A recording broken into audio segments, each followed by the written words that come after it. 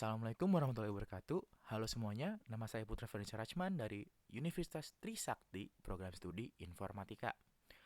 Pada kesempatan kali ini, saya akan mempresentasikan hasil dari paper saya, perbandingan dan analisis ICMP V4 dan ICMP V6. Karena ini adalah tugas dari dosen saya, yaitu Bapak Adrian Komar, jadi saya akan mempresentasikannya. Oke, kita lanjut saja. Apa itu ICMP? ICMP atau Internet Control Message Protocol adalah protokol yang digunakan untuk mengirimkan pesan-pesan kesalahan dan informasi kendali di jaringan komputer. Nih, ICMP ini bekerja di lapisan jaringan atau network layer atau layer 3 di model OSI. Nah, dia berperan sebagai sistem notifikasi. Jadi dia akan memberitahu jika suatu paket tidak sampai, waktu kirimnya habis, atau jalurnya salah. Perintah seperti ping dan traceroute sangat bergantung pada ICMP, sehingga bisa dibilang ICMP adalah protokol penting dalam troubleshooting, teman-teman. Sekali lagi, ICMP itu bukan protokol transport, tetapi digunakan oleh perangkat jaringan dan host untuk mengkomunikasikan masalah yang terjadi saat pengiriman paket IP. Kita lanjut ke struktur ICMP. Secara teknis, struktur ICMP itu cukup sederhana tapi sangat efisien. Nah, pesan ICMP umumnya terdiri dari beberapa bagian, tipe, kode, checksum, dan kadang bagian data tambahan. Dan ada juga IP header-nya yang menunjukkan memakai IP versi berapa. Nah, masing-masing tipe pesan ini mewakili jenis notifikasi yang berbeda. Misalnya, tipe 8 untuk echo request dan tipe 0 untuk echo reply pada ICMP versi 4. Struktur ini juga menjadi dasar untuk berbagai alat diagnostik jaringan. Kita lanjut. ICMP V4 dan ICMP V6. Oke, kita mulai dari ICMP V4 dulu. ICMP V4 atau Internet Control Message Protocol versi 4 itu udah ada sejak penggunaan IP versi 4 dan secara resmi didefinisikan pada tahun 1981. Fungsinya cukup terbatas, hanya fokus pada pelaporan kesalahan dan informasi dan operasi dasar seperti ping. Sementara itu, ICMP versi 6 merupakan bagian integral dari IP versi 6 dan dikembangkan untuk menjawab kebutuhan jaringan yang lebih kompleks. Nah, ICMP V6 ini secara resmi ada dimulai tahun 1990-an seiring desain awal IPv6. Nah, ICMP V4 V6 ICMP V6 ini tidak hanya mengatur pesan kesalahan, tapi juga mengelola berbagai proses penting seperti neighbor discovery, router advertisement, dan pengaturan alamat otomatis melalui SLAAC, Stateless Address Auto Configuration. Jadi bisa kita simpulkan bahwa ICMP V6 ini punya peran yang lebih dalam dan lebih luas dibandingkan ICMP V4, teman-teman. Nah, kita lihat dari perbandingannya tabel 5. Aspeknya dari protokol dasar ICMP V4-nya memakai protokol versi 4, tentu dari namanya juga sudah ketahuan. ICMP V6 memakai IPv6. Dan fungsi utamanya di IV4 masih pakai echo ping dan traceroute. ICMP V6 ini sama kayak ICMP V4 tapi ada fitur tambahan seperti tadi neighbor discovery, router advertisement, dan lain-lainnya lagi.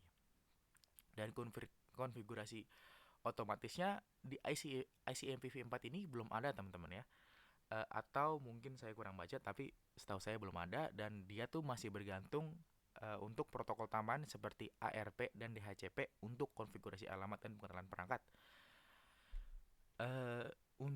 Dan untuk ICMP V6 ini dia udah pakai yang saya bilang tadi, SLAAC, Stateless Address Automatic Configuration. Nah, selain itu ICMP V6 ini juga mendukung IPsec sehingga pesan-pesannya bisa diamankan dengan enkripsi dan autentikasi.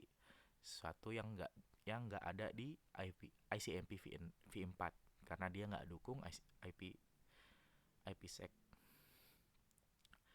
Jadi kalau bisa dibilang sih kalau dari tabel ya, ICMP v4 ini lebih sederhana, ICMP v6 ini lebih kompleks. Tapi ICMP v4 ini dia kurang dinamis karena konfigurasi otomatisnya nggak ada, dan ICMP v6 ini lebih fleksibel dan lebih menuju ke arah modern, teman-teman. Kita lanjut lagi, kekurangan dan kelebihan. Nah, kelebihan ICMP v4 sederhana dan mudah dipahami. Struktur paket dan tipe pesan ICMP relatif sedikit dan mudah dipelajari. Implementasi luas di perangkat lama atau legacy support. Jadi hampir semua sistem operasi, router dan firewall udah pakai ICMP v4 secara default ya teman-teman, secara dari pabriknya sananya. Efisien untuk jaringan sederhana, cocok untuk LAN atau jaringan kecil yang tidak membutuhkan fitur otomatisasi atau keamanan tambahan. Ini cocok banget. Jadi ya unggul banget karena strukturnya sederhana, ringan, dan sudah teruji puluhan tahun. Tapi karena nggak ada sistem keamanan bawaan, ya ICMP v4 ini cukup rentan kepada serangan seperti Smurf attack atau ping flood. Nah, kekurangan lainnya adalah tidak mendukung autokonfigurasi, perlu tambahan protokol lain seperti saya bilang, seperti DHCP, ARP untuk konfigurasi alamat dan discovery. Tidak fleksibel untuk jaringan skala besar dan modern. Jadi ini ICMP v4 ini nggak dirancang untuk mobilitas dan multicast secara dinamis ya teman-teman. Kita lanjut ke kelebihan dan kekurangan ICMP v6. Kelebihan ICMP v6 ada mendukung autokonfigurasi dengan tadi SLAC, Stateless Address Auto Configuration. Perangkat bisa memperoleh alamat IP tanpa DHCP, menggantikan banyak protokol lama. Ya ICMP v6 ini udah nggak harus pakai lagi namanya ARP. Jadi dia udah cangkup tuh fungsinya ARP, ICMP redirect, dan sebagian DHCP melalui Neighbor Discovery Protocol. Nah, terus kekurangan ada kompleksitas konfigurasi. Banyaknya fitur membuat ICMP versi 6 ini sulit dipahami teman-teman dan dikonfigurasi tanpa pelatihan khusus. Jadi kita harus ngerti banget ICMP v6 ini sebelum dipakai. Tidak semua perangkat mendukung. Ya, karena beberapa perangkat jaringan lama belum kompatibel penuh dengan ICMP v6 dan fitur-fiturnya karena masih memakai tadi ICMP versi 4. Nah, kelemahannya juga ada kalau administrator nggak mengaktifkan fitur proteksi seperti router advertisement guard atau SAN. ICMP v6 ini juga bisa jadi pintu masuk bagi berbagai jenis serangan jaringan itu teman-teman. Dari kita perbandingan keamanan teman-teman ya. Dari sisi keamanan bisa dibilang ICMP v6 ini lebih siap asalkan fitur-fitur keamanannya diaktifkan.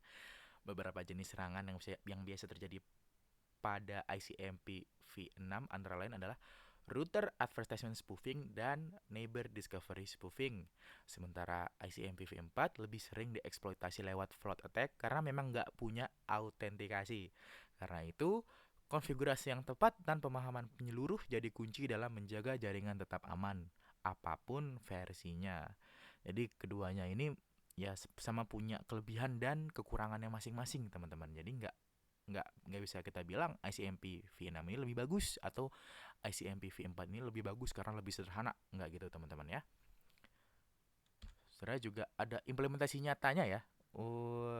Mohon maaf, ada ini sebagai tambahan, ada implementasi nyata. Secara implementasi ya ICMP v4 ini masih sangat umum dipakai karena sebagian besar jaringan dunia masih menggunakan IV4 seperti kita tahu. Namun dengan adanya v6 ini yang terus meningkat terutama di infrastruktur cloud dan Internet of Things, ICMP v6 semakin penting untuk dikuasai. Karena ada penerapannya seperti saat perangkat baru menyambung ke jaringan IPv6, bisa langsung mendapat elemen IP secara otomatis tanpa perlu di-HCP berkat IC MPv6 dan SLAAC, teman-teman. Jadi gitu. Nah, kita lanjut ke kesimpulan. Ya, kesimpulannya ya ICMPv4 dan ICMPv6 ini sama-sama penting, tapi digunakan dalam konteks yang berbeda. Seperti tadi saya bilang, ICMP versi 4 masih sangat relevan dalam jaringan lama, sedangkan ICMPv6 lebih cocok untuk kebutuhan jaringan modern yang besar, otomatis dan aman, teman-teman. Tentu saja, makin canggih sebuah protokol, makin tinggi pula tanggung jawab dalam mengelolanya.